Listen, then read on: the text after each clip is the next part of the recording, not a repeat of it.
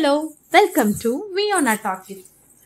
இன்னைக்கு நம்ம பார்க்க போற கதை பேர் என்னன்னா, பாசத்துக்கு முன்னால் மறந்து போன நோய். சங்க இலக்கியத்தில் தாய் என்று சொல்லிருக்கு. அம்மா, ஆய், ஞாய், அன்னை, நற்றாய், பெற்றவள், ஈன்றாள், தாயார் அப்படின்றது பொருள்.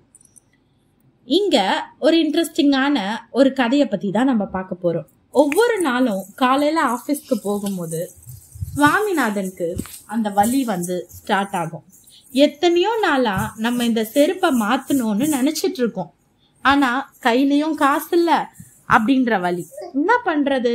குழந்தைங்க படிப்பையும் அவர் பார்க்கணும். இது தவிர வயசான அவரோட மனைவியோட மெடிக்கல் செலவையும் அவர் பார்க்கணும்.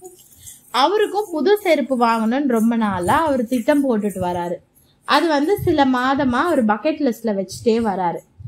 இந்த வாரம் மருத்துவரை பார்க்க வேண்டி இருக்கிறதால எப்படியோ புரட்டி 500 ரூபாய மனைவி கிட்ட கொடுத்துருக்கிறாரு. அன்னைக்கு சாயங்காலம் ஆபீஸ்ல இருந்து வரும்போது அவருக்கு ஒரு பயம், செருப்பு அருந்துட போகுது அப்படின்னு சொல்லிட்டு பயத்தோடயே வீட்டுக்கு வராரு. தயாரா இருக்கியா, டாக்டர் பார்க்க போலாமா அப்படின்னு வாசல்லே இருந்து குரல் கொடுக்கறாரு சுவாமிநாதன் அவங்க வைஃப் கிட்ட.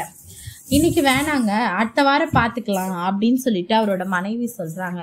ஏன், என்ன ஆச்சு? 2 நாளா முதுகு வலிக்குது அப்படின்ட்டு சொல்லிட்டே இருந்தியே அப்படின்னு அவர் கேட்க, அவங்க இப்போ சரியாயிடுச்சு அப்படின்னு சொன்னாங்க.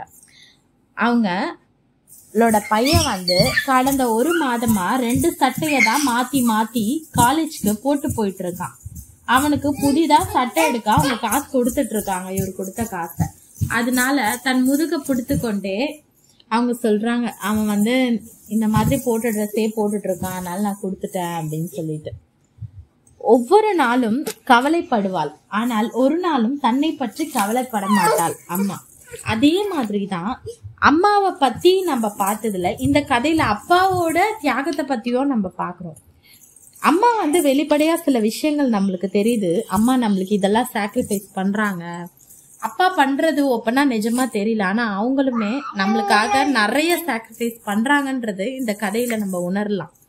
தேங்க்யூ.